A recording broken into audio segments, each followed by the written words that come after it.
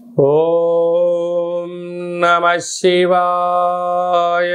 ఓం నమో నారాయణాయ. కర్మ నివారణ నరదృష్టి నివారణ కాళభైరవాయ నమో నమః. ఓం దిగంబరాయ విద్మహే అశ్వవాహనాయ ధీమహి తన్నో శ్రీ ఉన్మత్త కాళభైరవ శ్రీ వారాహి శక్తి దేవ్యై నమోస్తుతే. హరి ఓం. మా ఛానల్కి స్వాగతం. చూస్తున్న వీక్షకులకు, ప్రేక్షకులకు, ప్రియ కాళభైరవ భగవద్బంధులకి స్వాగతం పలుకుతూ, మమ్మల్ని ఎంతగానో ఆదరిస్తూ ఉండబడినటువంటి ప్రియ సోదర సోదరీమణులకు స్వాగతం పలుకుతూ, అందరిపైనను శ్రీ ఉన్మత్త కాళభైరవ స్వారికి ఆశీస్సులను కోరుకుంటూ, ఎవరి గృహంలో కూడా కలతలు లేకుండా, అష్ట కష్టాలు లేకుండా, అష్ట ఐశ్వర్య ప్రాప్తిని కలిగించాలని కోరుకుంటూ, వారు విద్యార్థులైతే విద్యార్థులు, ఉద్యోగస్తులైతే ధనము, వ్యాపారస్తులైతే వ్యాపార ఆకర్షణ కలిగి అన్నింటా విజయం సాధించాలని ప్రార్థన చేస్తూ, కాళభైరవ స్వామి వారిని ఆశీర్వదించమని మనసారా కోరుకుందాం. 1వ తారీఖు 7వ నెల 2024 నుండి 15/7/2024 వరకు పుట్టినటువంటి వారందరికీ కూడా ముందస్తుగా జన్మదిన శుభాకాంక్షలు. గతంలో వివాహం చేసుకున్న వారికి వివాహ వార్షికోత్సవ శుభాకాంక్షలు. ద్వాదశ రాశుల్లో గ్రహ గమనాన్ని ఒకసారి వీక్షింపచేద్దాం. మేషరాశిలో కుజ భగవానుడు స్వక్షేత్ర సంచార స్థితి, వృషభ రాశిలో దేవగురు బృహస్పతి సంచార స్థితి, మిథున రాశిలో రవి శుక్ర సంచార స్థితి, కర్కాటక రాశిలో బుధ సంచార స్థితి, కన్య రాశిలో కేతు సంచార స్థితి, కుంభరాశిలో శని భగవానుడు స్వక్షేత్ర సంచార స్థితి, మీనరాశిలో రాహు సంచార స్థితితో ద్వాదశ రాశుల్లో గ్రహ గమనాలు ఈ విధంగా ఉన్నాయి. సింహరాశి వారు జ్యేష్ఠమాస అమావాస్య తిథి సందర్భంగా శుక్రవారం ఆరుద్ర నక్షత్ర సందర్భంగా అమావాస్య వచ్చినప్పుడు ఎలాంటి విధులను పాటించాలో ఈ వీడియోలో సవివరంగా సంపూర్ణంగా తెలుసుకుందాం. సింహరాశిలో ఏ నక్షత్రాలు వస్తాయనగా మఖా నక్షత్రంలోని 4 పాదాలు, పుబ్బా నక్షత్రంలోని 4 పాదాలు, ఉత్తరా నక్షత్రంలోని 1 పాదం కలిపితే సింహరాశి. చాలామందికి డేటా బర్తులు సక్రమంగా లేనటువంటి కారణం వలన పేరు యొక్క మొదటి అక్షరాన్ని అనుసరిస్తూ ఆ రాశిని తెలుసుకునే ప్రయత్నం చేద్దాం.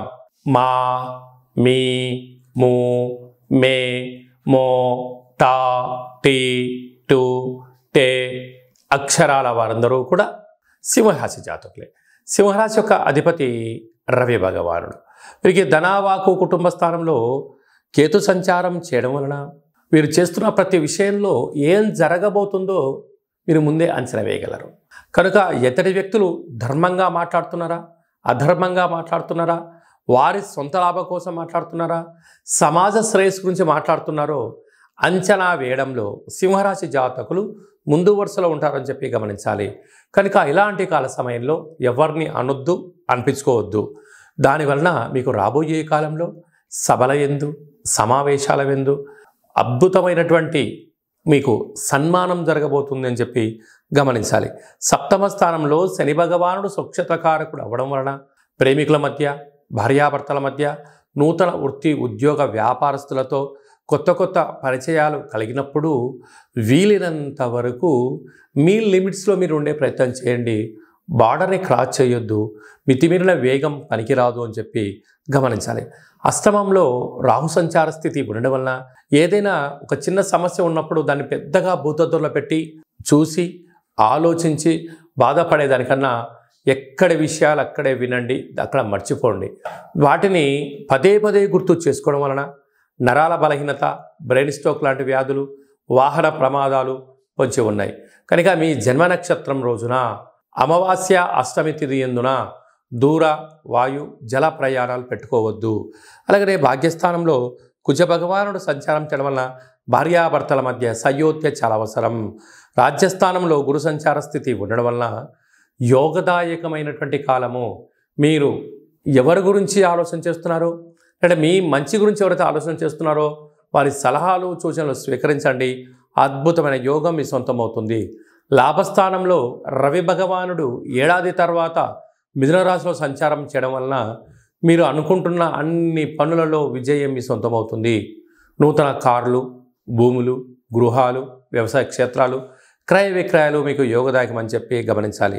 కనుక అమావాస్య తిథి యందున వీలైతే తెల్ల జిల్లెడి వృక్షం దగ్గర ఒక దీపం పెట్టి రావడం, శివాలయంలో రుద్రాభిషేకం చేసుకోవడం, కాళభైరవ స్వామి వారి దగ్గర కూష్మాండ దీపం పెట్టుకోవడం, ఒక సౌభాగ్య ముడుపు కట్టుకోవడం, కుక్కలకు ఆహారాన్ని ప్రసాదంగా ఏర్పాటు చేయడం, కాకి పక్షులకు, కాకులకు కానీ, పౌరాలకు కానీ, పిచ్చుకలకు కానీ ధాన్యాన్ని ఏర్పాటు చేయడం వలన రుణ సమస్యలు, రోగ సమస్యలు తొలగిపోతాయని చెప్పి గమనించాలి.